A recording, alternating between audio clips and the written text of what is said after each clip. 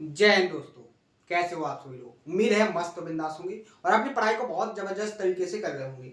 अपना जो ज्योमेट्री का टॉपिक चला है, ज्योमेट्री के टॉपिक में मैंने ज्योमेट्री में जो बेसिक होता है, जो बेस होता है आपका, वो बहुत अच्छे से कंप्लीट करवाने की कोशिश की थी। सारे के सारे बेसिक को मैंने बहुत अच्छे से समझाया था कि ज्योमेट्री है क्या, ज्योमेट्री के बेसिक कॉन्सेप्ट क्या है, और बहुत सारे ऐसे क्वेश्चन थे जो आपको केवल बेसिक नॉलेज होने पर उन क्वेश्चनों को आप सॉल्व कर सकते थे।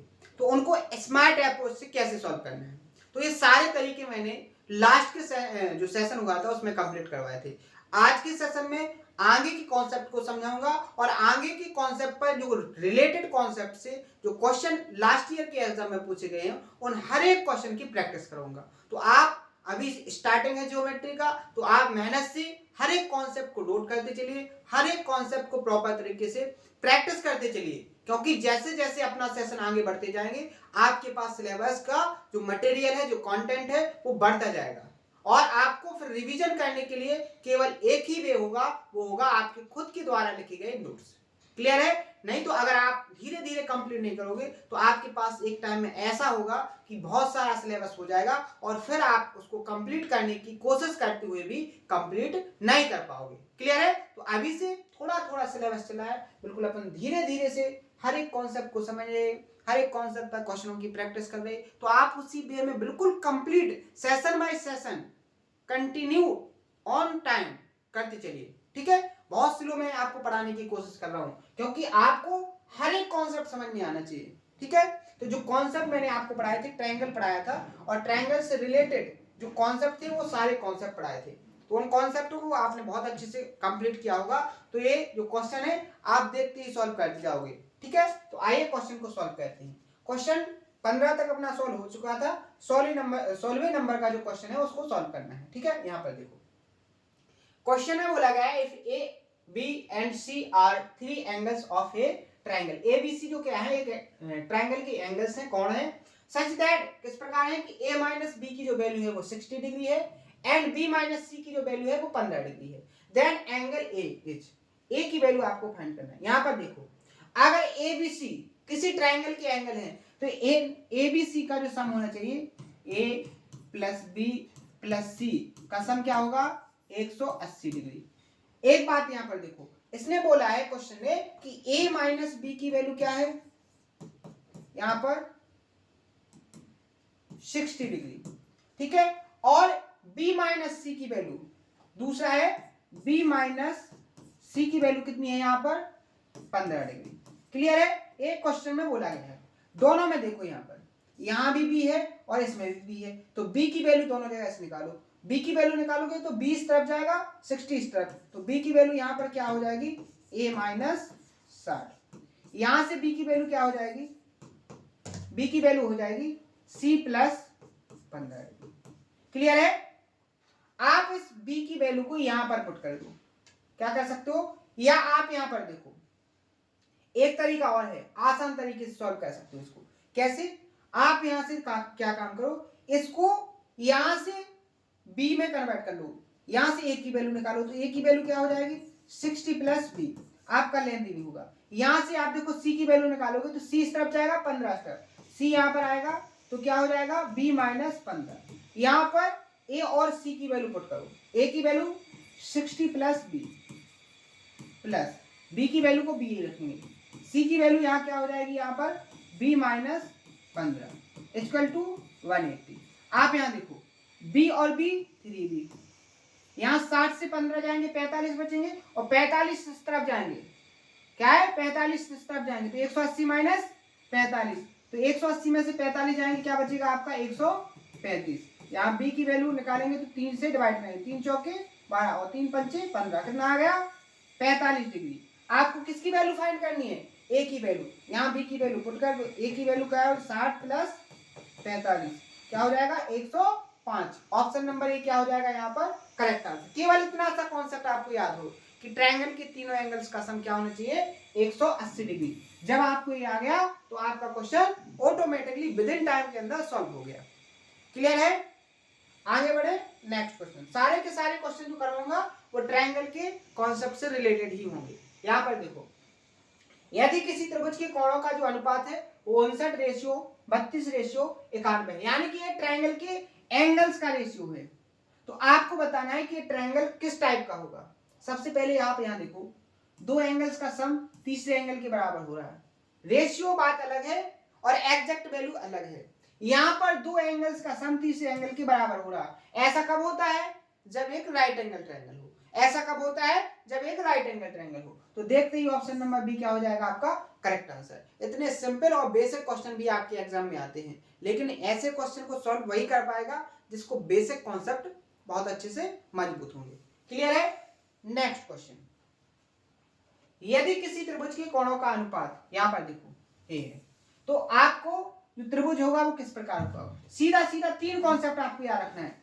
अगर तीन एंगल ए बी और सी है तो तीन कंडीशन बनती हैं। अगर ए प्लस बी का सम सी के बराबर हो जाए तो राइट एंगल है। क्या है? Right angle triangle. और अगर ए प्लस बी का जो सम है वो कैसा है? बड़ा है सी से, तो क्या हो गया? ऑब्टूज एंगल, अधिक कोण त्रिभुज। और अगर क्या होगा आपका एक्यूट, न्यून कोण। और अगर a प्लस बी का सम c से छोटा हो गया यानी c बड़ा हो गया तो यहां पर बनेगा आपका ऑब्टूज एंगल। तीन कंडीशन आपको याद रखना है। यहां पर जो एंगल्स का सम दिया गया है आप देखोगे सबसे बड़े कोण को छोड़कर दो जो कोण बने हैं उनका सम देखो 8 और 1 9 और 3 और 1 4 49 हो रहा है। यानी कि आप यहां पर देखो इन दोनों कोणों का सम तीसरे कोण से कैसा हो रहा है? बड़ा। इस कंडीशन में आपका ट्रायंगल कैसा होगा? एक्यूट। यानी कि ऑप्शन नंबर ए क्या हो जाएगा यहां पर करेक्ट आंसर। क्लियर है? नेक्स्ट क्वेश्चन सिंपल कॉन्सेप्ट से रिलेटेड है। यहां पर एक कॉन्सेप्ट सीखो, फास्ट पढ़ेंगे क्योंकि कॉन्सेप्ट को अपन प्रॉपर तरीके से समझे। यहां पर कॉन्सेप्ट समझो। कॉन्सेप्ट क्या है उसको सबसे पहले समझो कि अगर कोई ट्रायंगल है, ट्रायंगल का जो एक्सटीरियर एंगल बनेगा उस एक्सटीरियर एंगल की जो वैल्यू होगी, जो बाह्य कोण बनेगा बाह्य कोण की जो वैल्यू होगी उस बाह्य कोण की वैल्यू आंतरिक दो कोणों के सम के बराबर होगी। कॉन्सेप्ट को अब आपको डायग्राम से समझाऊंगा। यहां देखो, जैसे ट्रायंगल है एबीसी। अब आप यहां पर देखो, आपको मैंने बताया था जब ट्रायंगल कि हर एक ट्रायंगल के तीन इंटीरियर एंगल होंगे, तीन आंतरिक कोण होंगे और तीन ही क्या होते हैं उसके एक्सटीरियर एंगल की बाह्य कोण होते हैं। तो आप यहां पर देखो, मैं एक एंगल का बाह्य कोण लेके आपको समझाने की कोशिश करूंगा। यहां देखो, मैंने एंगल सी का बाह्य कोण खींचा। क्या खींचा? एंगल सी का बाह्य कोण खींचा।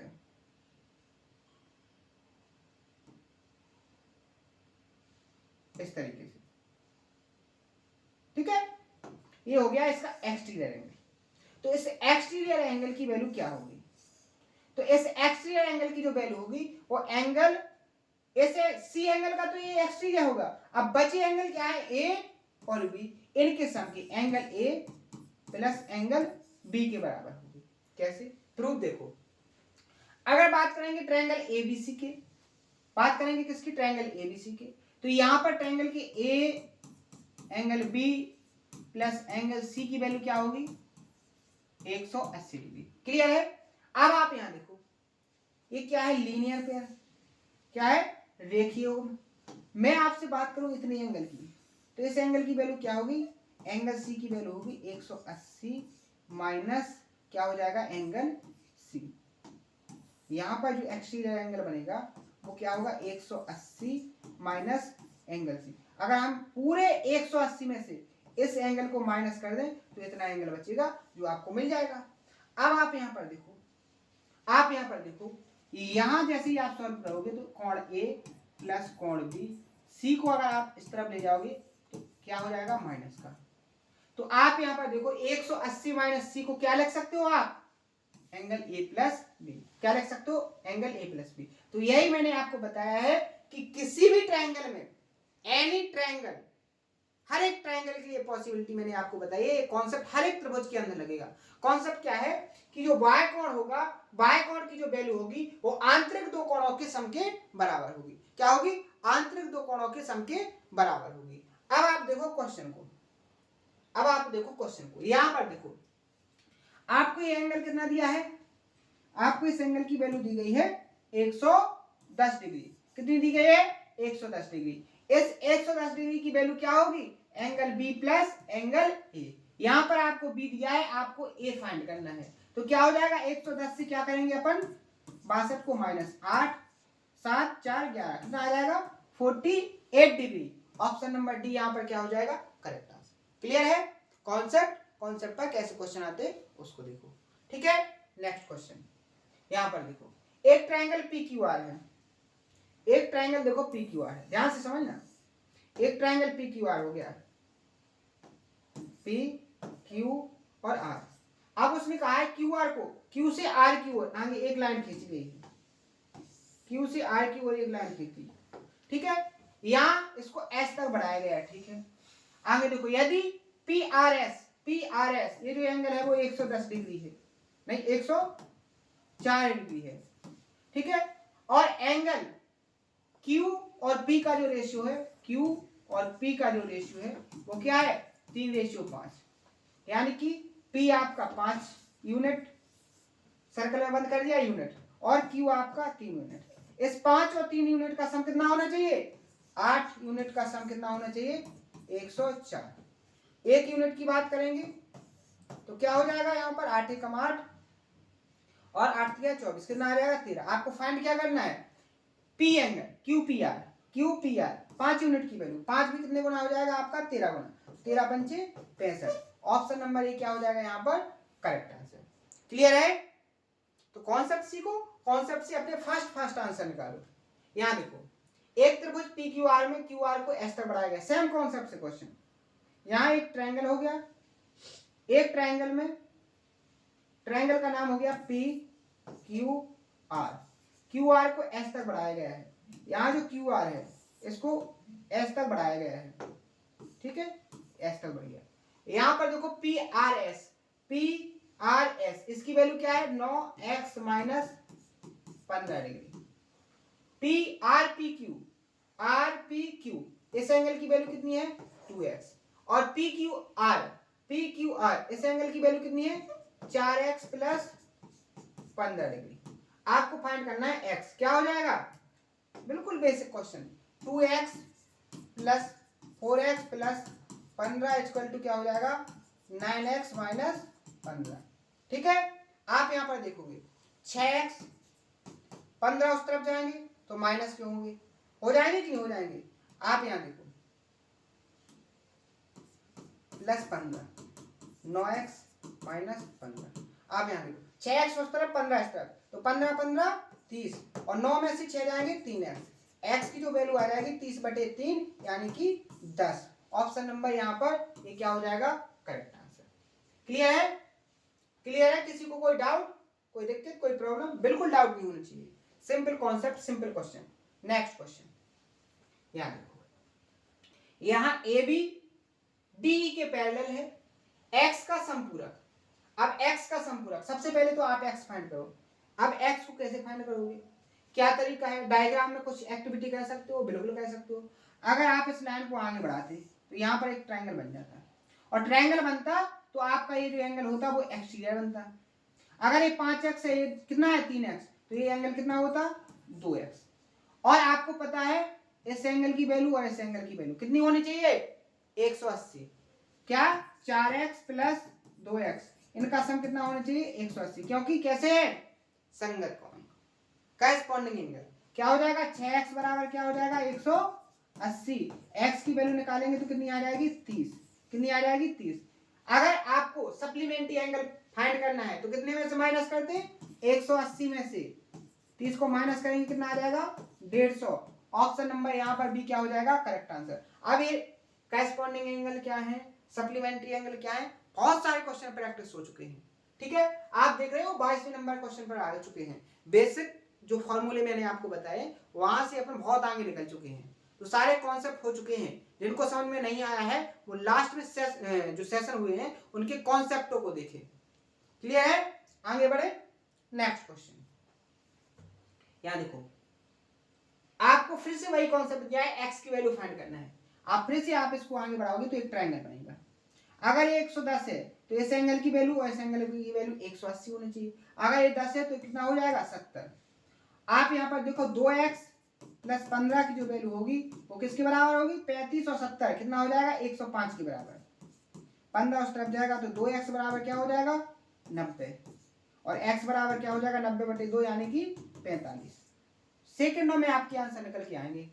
ठीक है, आगे बढ़े, लास्ट क्वेश्चन करेंगे, इसके बाद अपन कल करेंगे। ठीक है, यहां पर आपको फाइंड करना है क्या QRS। आप देखो डायग्राम में ये जो पैरेलल लाइन है PQ को अगर आगे बढ़ाओगे तो आप यहां पर देखोगे कि जो PQ है वो ST के पैरेलल है, जो PQ है वो ST के पैरेलल है। अगर आप PQ को आगे बढ़ाओगे तो ये हमेशा कैसी रहेगी ST के पैरेलल। कैसी होगी ST के पैरेलल। आप यहां पर देखो, ध्यान से देखना, अगर आपका ये जो एंगल है वो 110 है तो लीनियर पैर बनाएगा तो ये एंगल कितने डिग्री का हो जाएगा 70 डिग्री का। आप यहां पर देखो, यहां पर जो एंगल ये है वही एंगल ही होगा, क्योंकि आपको पता है ST PQ के पैरेलल है। तो ये क्या हो जाएगा आपका संगत कोण। तो ये 130 है तो ये भी कितना हो जाएगा 130। तो ये जो एंगल होगा वो कितने डिग्री का हो जाएगा आपका 50 डिग्री का। अब आपको फाइंड करना है QRS ये वाला एंगल। तो आप यहां देखो ये ट्रायंगल नहीं बन गया, इन दो कोणों का सम कितना हो गया 70 और 50 120 और ट्रायंगल के तीनों कोणों का सम होता है 180। तो ये कितना बचेगा आपका 60। तो ऑप्शन नंबर बी यहाँ पर क्या हो जाएगा आपका करेक्ट आंसर। क्लियर है।